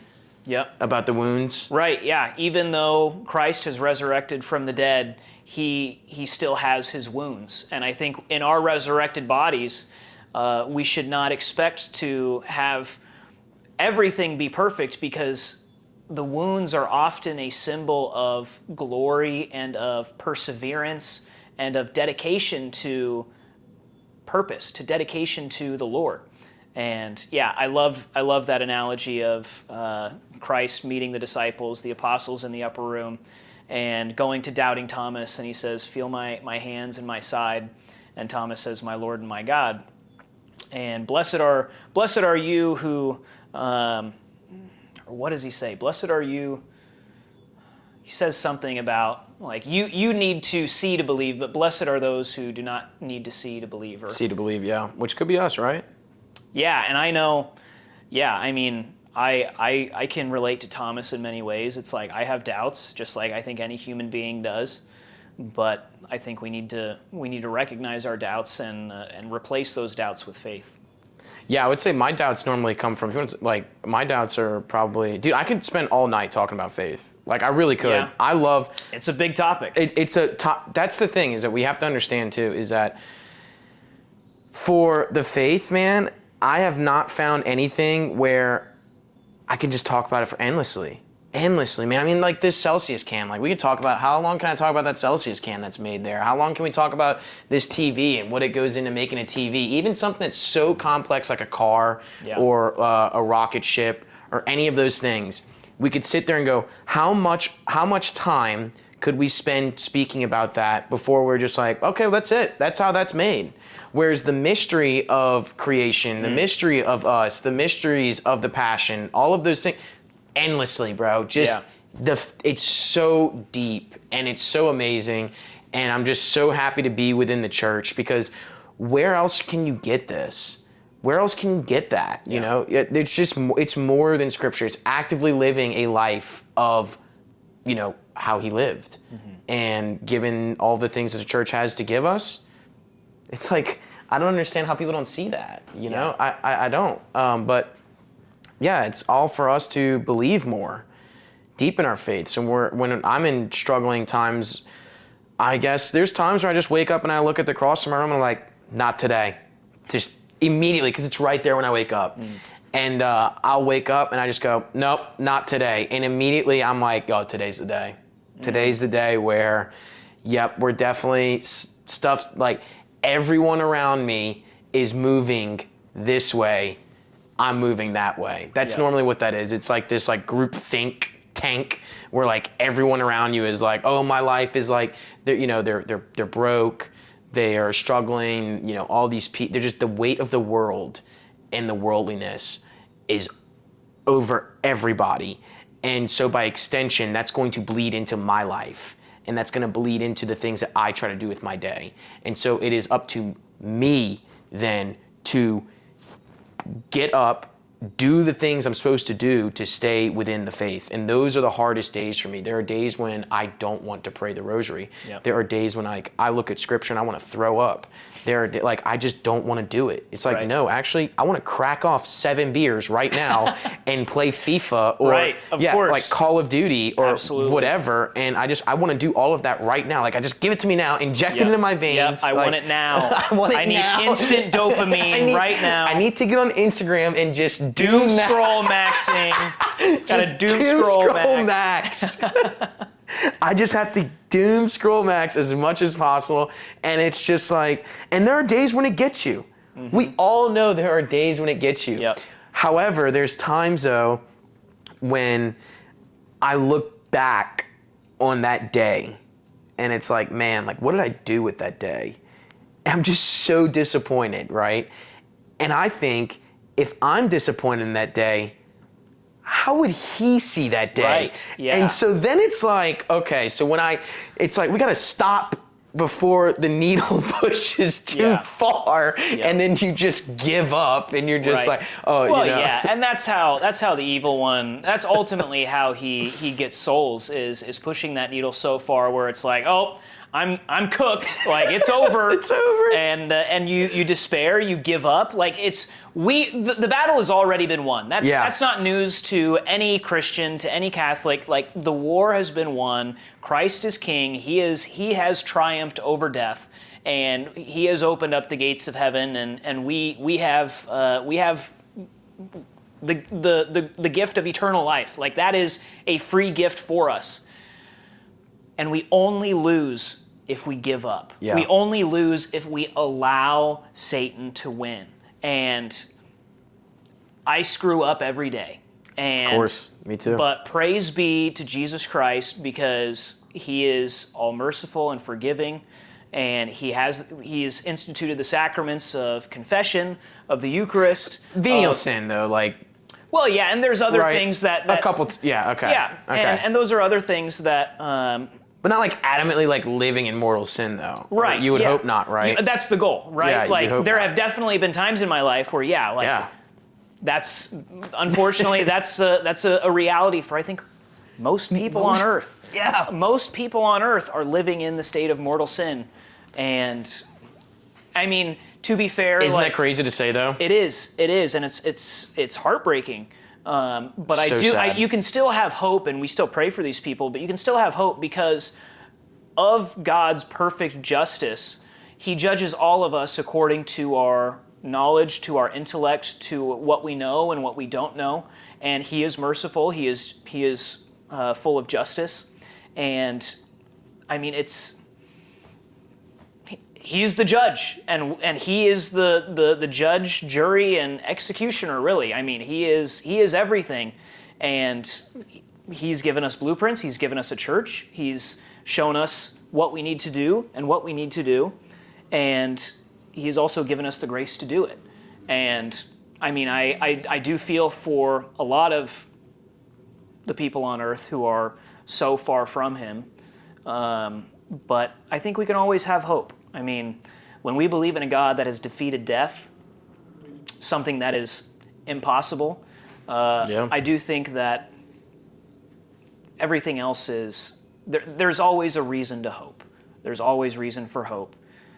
And yeah, that's how I choose to look at it. I mean, there's a lot to be said on it, but I don't want to start speaking heresy either, because that's easy. But no, I think we should always be hopeful, regardless of whoever is in need of God's grace. We can always be hopeful for that person. Dude, we could go in and talk about more and more and more about all these topics. We talked about the system of the beast. We could, yeah, could. I mean, there's so many different things. Oh yeah, this is what we did talk about tonight. Yeah. The system of the beast, mildly Christmas about. Well, it's like that's the thing. Yeah, there's so many things we could talk and we did talk about, but like we could get even more so into the system of the beast. I mean, we talked about.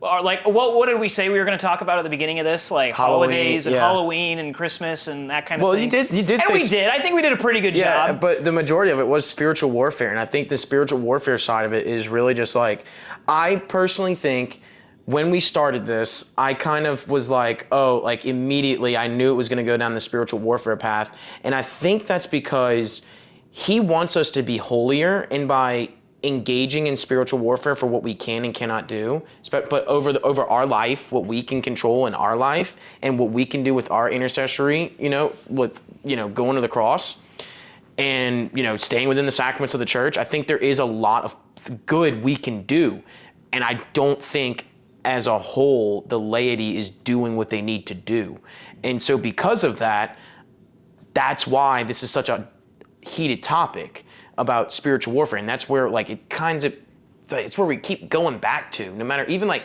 we could talk about all of this, and then we go, but actually, what's really happening is there's a hidden hand behind this entire movement that's causing these actions to manifest, and we're not finding out about them until 20 years down the line. But now, because information is being spread so fast, it's easier for us to pick up, because we can sense the wave a little bit quicker. It's like our discernment's going off quicker now, where it's like, wait a minute, that was literally not like that 6 months ago. Something's happening at a faster pace. They're trying to push it quicker, right? They're trying to really get it in front of people's faces. They're trying to really do something. That's abnormal. Why are they doing that? And then we can discern that and then pray against it. Yeah. So I would say that we need to be doing that more often. We need to work on our discernment. We need to really figure out, is the music that we're listening to, are the movies that we're watching, right, the things that we are doing in our life, are we presenting the Lord how he wants to be presented, or am I falling short? We're always going to fall somewhat short because we're not perfect. That's where we hope for mercy and, and what we've been given. But ultimately, I think that that's what he wants from his people right now in the laity, because I talk about this with a lot of people, man, and it just is so over their head, or they're just not inclined to do it. They're just, no, I want to live this life. I want to do, it's fine, this and that. And I'm like, no. Like, that's you saying that. That's not him saying that. And that, if you really stopped and actually just looked around for a second, and was honest with yourself, I am spending too much time on my phone. Yeah. I am looking at things that are inappropriate. Daily examination of consciousness. You would sit there and say, okay, not only am I doing all of these things, what are the external factors that are also enabling me to do this before, right? I mean, before you used to get a Hustler mag. You used to go get a Hustler magazine if you want to be a naughty boy, right? But now it's like you can do that anytime. Yeah. And now you can even do it walking outside. You can, it's everywhere. It's like, it is corrupted everywhere. And it's like, I mean. So then you start to see, okay, who's behind this? What kingdom? It's all under Satan's kingdom, and how the church teaches it, and I agree with that. I mean, I have to. And who am I, right? Yeah. Satan's kingdom, spread apart, principalities that we know, that lust, and, there's some guys up there that are operating, that are heavy hitters. And those kingdoms operate on people. And I think it's our job to say, okay, where is that operating in my life? Is that operating in in the city I reside in? Is that operating? Well, and I think I just want to make this quick point especially about lust, and people when they think of being lustful or falling into lust, it's like, really kind of entering into either like pornography or like fornication or outward like acts crying out to God, like sodomy or these heavy mortal sins. However, what does Christ say in the gospel about lust or adultery? He says, if you even look at a woman with lust in your eyes, you have already committed adultery in your heart. And it's like, whoa, like that is the standard. Like it's easy for us to be like, oh, well, I'm not doing that. Like I'm not going out and fooling around with all these women. But you see these women on the street and you don't look, you don't avert your eyes. Like you actively follow all these models on social media. You're liking all their stuff. It's like, are you really avoiding the near occasion of sin? Are you living up to Christ's words in the gospel? Or are you just creating a very low bar of not going out every night or not going out and fornicating with random people? There's also, I think it's in Ephesians, but those who struggle with lust, I think they need to hear this. And it's, I forget what chapter and what verse it is, but the words in Ephesians are, to fornicators, all bread is sweet. And it's like, wow, like when you are so addicted, when you are so enamored into a sin, when you are giving yourself to just anyone, yeah, all bread will be sweet. Like you can achieve satisfaction with anyone, but are you willing to restrain yourself and allow yourself to truly eat of the good bread? Are you going to restrain yourself and give yourself to your spouse entirely? That part. So it's that right there that I would say that's where a lot of it is it's not it's a lack of understanding of what marriage is. It's a lack of understanding what we were made for, created for. And I think that's why I don't judge them for what they do. I just feel sorry for them. And I have an open heart for them because I was no better. Well, yeah, it's like, and I would say that temptation is so strong. Oh, it's so strong. Yeah, and the flesh and is weak. even when, like, you know, what they say is like getting your lower faculties in ordered, so that way that doesn't like cause issues in your life to like be in a meditative state or within a state of going to receive the Eucharist with a clear conscience and all of that. Even doing like you cannot, and that's why like worldly music and stuff like that, like rap music and all of this stuff that's just blasting us nonstop, it's all to just get you into that mindset of wanting to fornicate and getting you into that mindset of lust and getting you into that mentalism that you're talking about, like thought provoking or just like entering, like placing those seeds of debauchery, of degeneracy, of temptation. Yeah, and I mean, it's so sad because I'm from New Orleans, man. I'll tell you that like that culture there was so before Katrina, so right after Katrina and before Katrina was just such a loving place. It was good. It was bad. I mean, it still had its bad parts, but like after COVID, man, it just went like they full sent it, bro. Yeah. Like completely like open black masses. Yeah. Like just like open voodoo. Like, you know, it was always like everyone kind of knew New Orleans had that there. Yeah. It wasn't as open and prominent. And then at the same time, the diocese there was going through like a lot of issues, like a lot of bad stuff, which I'm hoping that the new Archbishop that Pope Leo put over there is going to do something and actually stop that. So I have a lot of faith there. And I think that is going to I think it's going to strip down some of those kingdoms that have been there for a long time.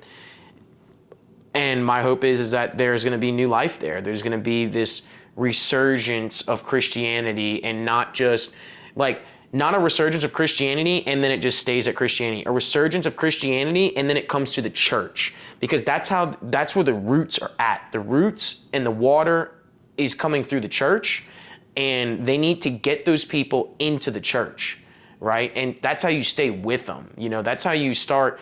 Hey, you know what? I think it's a good idea that we bless the house, right? Then you're winning physical property over to the Lord. You're consecrating your home. You're raising your kids in faith. That's how you make a change to stop some of these ideas that society that we got beat up on. You know, from the 70s and 80s, the whole love everybody. This whole like deception, occultist thing that like God's just all love. Like I had an out-of-body experience when I was tripping on DMT, and it's like I went through a vortex and it was just all love, and I was like, no, Like that's you were deceived by a demon. Yeah, Like, you were. There was a demon. You met many demons. Hey, you were high. Someone held a kaleidoscope up to you. Like, I don't think. I don't think that. I'm like, not gonna buy. We're just what you're all source, and we all go back, and the world recycles us in Hey man, like reincarnation. Jesus just had like one rule, which was like be vaguely nice to each other Yeah. or something. So we're all gonna go to heaven. So one of the things I wanted to talk to you about is, or wanted to say, is reincarnation.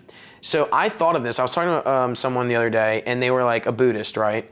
And I know that's actually a big thing in Lincoln right now is like Buddhism. Like, Really? Yeah, like actually a lot of, like, I'd say like that whole, even the Lotus place. Deport them all. Yeah, dude, the yoga place. Across from it Yeah, used to yeah, be the yeah. Buddhist veggie thing or whatever. What was it? Buddhist Buddha burgers? Oh yeah, Yeah, there was a Buddhist thing here. that's Yeah. right. I forgot about that. I noticed it because I saw all the idol of Yeah, Buddhas and all yeah. that. So here's the thing about, they believe in like reincarnation and like reaching this like nirvana state. Yeah. And I was thinking about, I was like, okay, like reincarnation, like it just sounds so good, you know, doesn't it? Like, oh, you know, I can just reincarnate and it's fine. Respawn. Respawn. Got to go to the gulag. Wait, get another yeah. go. Then I thought about it and I was like, how, like, where does that go against, like, obviously the church does not believe in that, neither do I. Where does it go against? Like, why is it so bad to believe in that? You know what I mean? Like, why would that be? You know what? I thought about it and I was alerted and I was like, oh, because in a sense, if you are going to be reincarnated, your body doesn't matter. Right. And so you can treat your body however you want. And then next thing you know, my body, my choice, Satanism. Every time, bro. Every time. Dude, I'm telling you, I sit there, I look, and I go, do.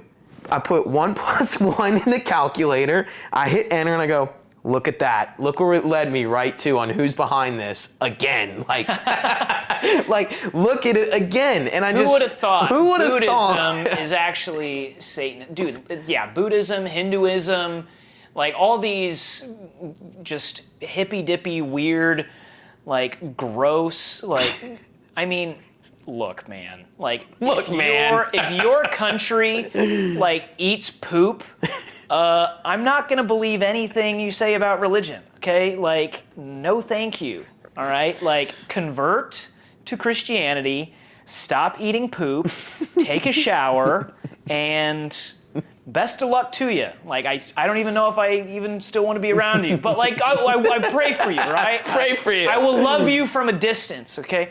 But, I mean, yeah, it's all these religions. I mean, Hinduism is...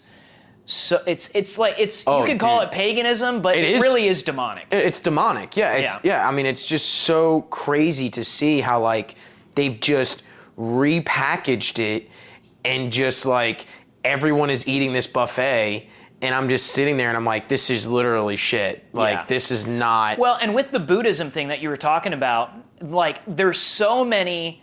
And I don't know if you experienced this when you were in college, but I had so many people in college, like even good friends of mine, like regular white guys who are like, yeah, like I'm kind of interested in Buddhism. It's like, it just really like speaks to me. And I'm like, what about it? What? Yeah. Like Buddhism, bro? Like you just want to, you're like a pick-me, bro. Like that's all, like they were a lot of like kind of sissy men type thing. And it's like liberal, progressive, very new agey. And it's like, dude, like. But my thing is like, what is so, like, what about Buddhism? It's just, I don't know. It's different. And I think people like to be different. Like people like to be contrary to whatever the culture is, and the culture, unfortunately, decreasingly so as time goes on, is currently Christian, and it's like that's the normal thing. And when people are trying to find who they are and rediscover themselves and have some kind of like drug experience, they're like, I need to rethink my whole life. Buddhism. It's like, okay, or like Taoism, or like some weird Dude, but Asian they don't religion. stand for anything. Like I've looked, all of them are just nihilism. Like Yeah. they're a form of nihilism. Like Yeah. they're just like, you'll get eventually far enough down. See, that's the thing. If you actually follow those religions and actually follow the teachings and actually do what their, what their preacher or whatever, their guy is that says you do, your life's going to suck. Yeah. And it's going to suck noticeably. There's no one that like goes down that rabbit hole and goes all the way down. Like I'm going down the rabbit hole of the Catholic faith, and my life That's the right one to go down. is literally. I love. See, I have to be careful when I say that because it's like those that love your life, Yeah, you'll lose it. You'll Yeah. lose it. So I wouldn't say I'm very thankful. That's what I would say. Right. Is that I'm thankful for the experiences that Right. I was able to have. Yeah. If it was my time to go tomorrow, I would probably be like, "Welp, thank you." Yep. Thank you for the powers that be. Thank you, Lord Jesus. Like, thank you, Guardian Angel. Thank you, Yep. guys. I can't wait to see you guys. Yep. Thank you. Yes. I'd probably rejoice, honestly. I'd be like, I'm out. You Yep. suckers are still here, buddy. Enjoy the meat sack. Yeah, enjoy the Yeah. system of the beast. Yeah. I'm I'll out be of praying here. for you, Yeah. though. Enjoy the $9 Starbucks. Peace. I'm out. Like, It's like, no, not that, anything but that. like I'm out of here, But you go down these other ones and it's just like this nihilism, this like, oh, I'm trying to reach this state of like nirvana, or I'm trying to pray to like some, Vishnu, or I'm trying to pray Dude, to I curse Vinushu, or whatever Yeah. the Hindu name is. yeah, like I'm trying to like get some luck in my life, so I'm gonna like rub like a turtle's back or Yeah, something. it's just like what are you saying? I need more bro? crystals. Yeah, like, okay. It's just insane, dude. Some of the things that they say, and I'm like, and you call me insane and a bigot for believing in Christian faith, and then even worse so, the Catholic Church. Yeah. It's like how, And those are my people that they're just ill-informed in what the church teaches and what it has to offer. Yeah, and that's being very gracious to him. I do think a lot of it is, hatred or bigotry or, at the very least, misinformed.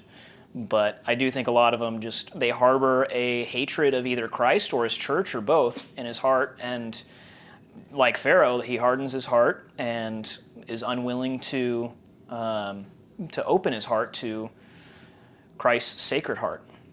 And unfortunately, that's what some people choose to live their life as. And may God have mercy on their soul. Yeah, that's what I say. Yeah. Whenever people go the opposite way, because I've been around people where I've brought them closer to the faith, like where the Lord has worked through me to get them back into confession. Well, it's not really confession.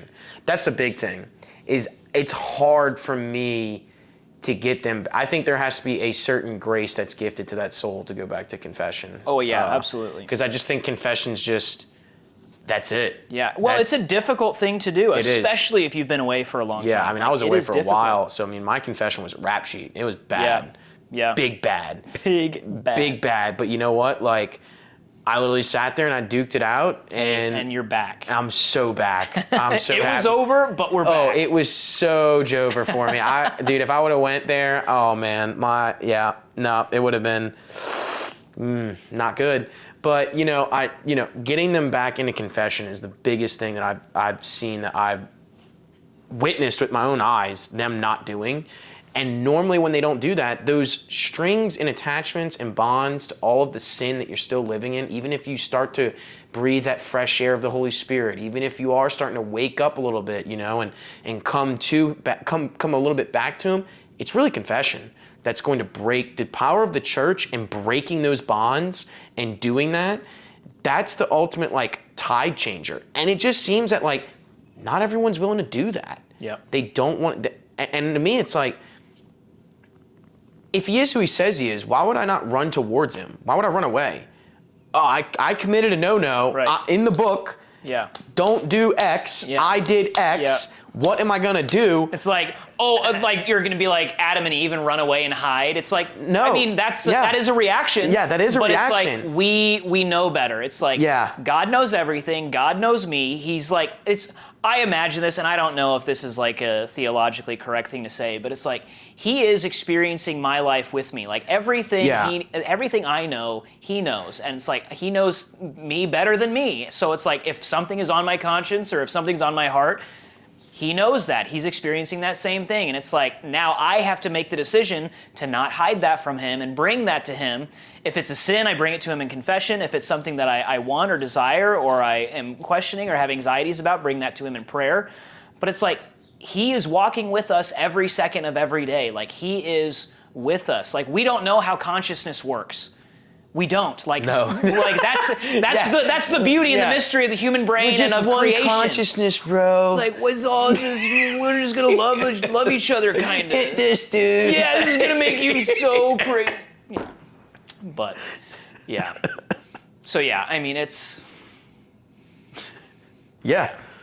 yeah. So Halloween and the holidays and secularism, and I think the main focus of tonight's conversation was spiritual warfare, and we had a few extra topics thrown in there here and there, but yeah, I mean, spiritual warfare is so real, and I think more people need to take it seriously. It's like one of the awakenings that I had was like it's one thing to worry about what job am I going to have, who am I going to marry, like what am I going to do with my life, and then it's like, okay, that's like in a time frame of like 80 years, if I'm lucky. Eternity is a lot longer than that, and I only have my entire life to figure out what I want to do with eternity. If that. If I'm lucky, if I'm lucky. Yeah. So it's like, this is an important thing to think about. And yeah, the evil one wants to keep people away from Christ, and obviously the decisions that we make matter. Our choices in life matter. Choosing God or not choosing God is important in our everyday decisions, and that is spiritual warfare. And people just seem to kind of be like, whatever, like it's not a big deal. And it's like, actually it is a big deal. Like, you know, like this is eternity we're talking about. And it also manifests here though. You know? Yeah. That's the thing, is it's manifesting at such a, like, you know, it's right there. You know, and that's my thing, is I think they know. I think there are some souls that know. Yeah. I think they know what they're doing. Well, absolutely. And I think almost, I mean, I don't know, but I think most people, if not everybody, deep down understands that there is something more to life. Yeah. And maybe some of them search for it in misguided ways or in the wrong places. I've heard the saying that everyone has a God-shaped hole in their heart, and we all try to fill it with something. Some of us do fill it with God and are fulfilled, and God fits in that God-shaped hole. But other people, including myself at times in my life, fill it with other things like desires of the flesh, or popularity, or money, or notoriety, or whatever it might be. But even when we achieve fame or fortune or status or relationships or whatever it might be that we think will fill that hole in our heart, we're still left empty. We still are left unfulfilled. And it's only until we choose to fill that God-shaped hole in our heart with God, with the living God, Jesus Christ, who became man, died on a cross for our sins. Once we get to know him and we really understand him, we read the word, we meditate on his life, we get to know him, then that is when we can say that we are walking with him and that we are not alone. And that God-shaped hole is filled. So, yeah, and the spiritual warfare part, I mean, well, because once Satan you get gets upset about but that. once you get to that point, you're pretty. My mind is you're bought and sold. You know what? I mean, we would say that, you know, right? Is that I'm saved, I'm being saved. I'm in the process of being saved. Yeah, I'm being Right. saved. and I was saved, right? All the three parts of time, Yep. right? Past, present, Right. and future. Right. Right? And so I think at some point in that rationality, your mind has made the decision.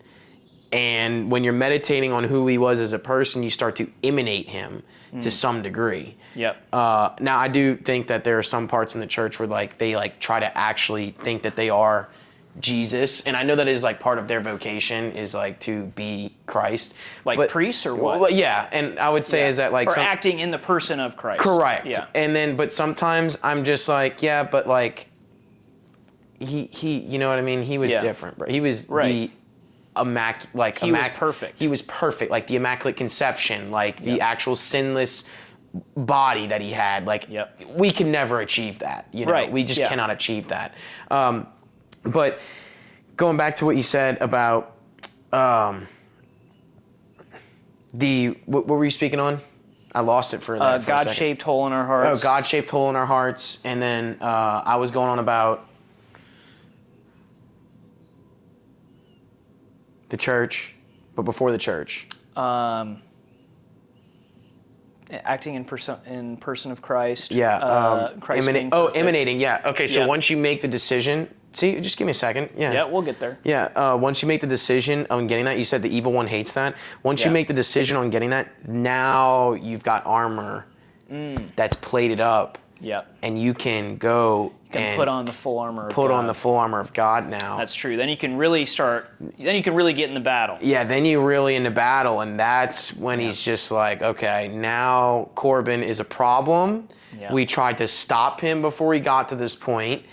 He persevered, he kept going, and now he's with the Lord. Now, I think we should save this next part, but I'll ask a question. I think we should save this next All right. part for another conversation. Oh, here we go. But I think that once we put on the full armor of God, and let's say that we're in the spiritual battle, and Satan is, and let's say I'm staying in a state of grace, and I'm doing real great, do you think that, and I think I know your answer, but do you think that Satan will stop going, maybe not stop going after us, but focus his resources and armies elsewhere, like our family or our loved ones or people who are close to us or around us in our everyday life? Will he begin to go after those that are closest to us when he knows that we have that armor of God on, that he cannot slip us up in the same way that he once was able to? If he can't get us the way he wants to, will he go to our closest relatives, our closest loved ones? Will he affect them because he can't get us to sin in that same way? Do you think that? That's just an open question on how Satan works. I think that's Definitely a possibility, and it's something that I think. And then it's like he can only do so much as the Lord permits. that's true. So if he goes after the family, then ultimately your family is called to be holier. Yeah. And I mean, even then, there's just times when it's just going to happen. Yeah. And I think that's just the state that we're in now. Yeah. Right? Is that like, even though I'm not living a sinful life, I mean, besides like, Right. but like the people in my apartment probably are. Mm-hmm. Fornicating Yeah. and all that stuff. So, like spiritually wise, I'm still going to feel that effect to some degree because part of the Spirit is not welcome there. Yeah.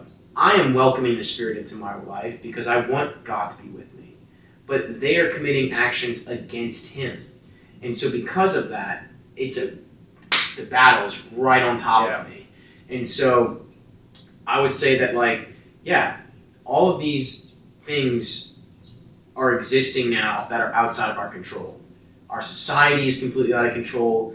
Everything's out of control. So all we can really do is just say, Lord, help me. Yeah. Help me. I'm getting, humble yourself, you may have the armor on, but that doesn't mean that you're not going to get blown down and ripped off at times, Yeah. and you're naked and you're getting beat down. Yeah. Or something happens in your life, and Right. Yeah, we're still weak. I mean, we can So have the weak. armor on, but So we can still make mistakes. We can still mess these up. things have been around for thousands of years. Yeah. They've existed Yeah. before. We are not smarter. We are not wiser. We are not stronger than the devil. No, And it's foolish to think foolish. that we would be. Yeah. So we do not have strength of our own. We have strength from God. Yeah. So that's how we. So that's how that- we gotta live. I mean, if the family's getting attacked, man, then yeah, go to the priest. Yeah. Go to the priest. Don't come to me. I can't do nothing for you. I just sit there and maybe like, well, are you in the sacraments? And you're like, yeah. I'm like, well, then, do you have any generational curses or anything going on in your life? No, not that we know of. And then I'll just keep going down. I'm like, I got nothing for you. You need to go talk to the priest. Like, I get them to say a blessing prayer. There needs to be more investigation, though, into a lot of people's lives. Right. Well, yeah, because I think a lot of people have sins that they're ashamed of that they don't want to bring to light. Where's the door open at? Right. Exactly. Like where is the weak spot in your armor? Mhm. And so yeah, I think that'll be a conversation for the next episode. We could do like daily stuff. Like, what does it mean to live in a daily Catholic life? Daily life. Daily life of a Catholic. I wake up and I say all 20 decades of the rosary. Then I go to daily mass, and then I walk home barefoot for reparation of sin. No. Wait, you forgot eating McDonald's. Oh, that's only on feast days. I mean, there's always a feast day every day. But anyway, I do like McDonald's. Yeah. I think we got to call it there. I Yeah, think dude. this has been a good I one. I love think it. that camera's probably dead by now, so we might be out of audio. But It saved it all, though, right? yeah, it'll save it, but once it dies, it'll just cut off there. But I'll still have the rest of it. You sure? Yeah, that's happened before. Okay. But we'll still have crappy audio from that one, but our microphones might be cut from that because that was the other one. But I don't know how long we went. That was probably 3 2 hours. hours. I think almost 2 hours. So that was pretty good. It's pretty good. Well, audio's pretty cruddy, but thank you guys so much for watching. Be sure to like and subscribe, and we'll see you in the next one. God bless. Amen. Let's go, dude. Dude, that was just us talking. That's what I was hoping for. Yeah, I mean, it's we like were just talking. it's kind of odd to like just kind of get it started because you do feel like okay, like lights, camera, action type thing, but. We went I pretty think that deep. was good. Yeah, absolutely. Yeah, I think it was just having a conversation, and that's what I was hoping for. Dude, you went right off the rip about having lucid dreams.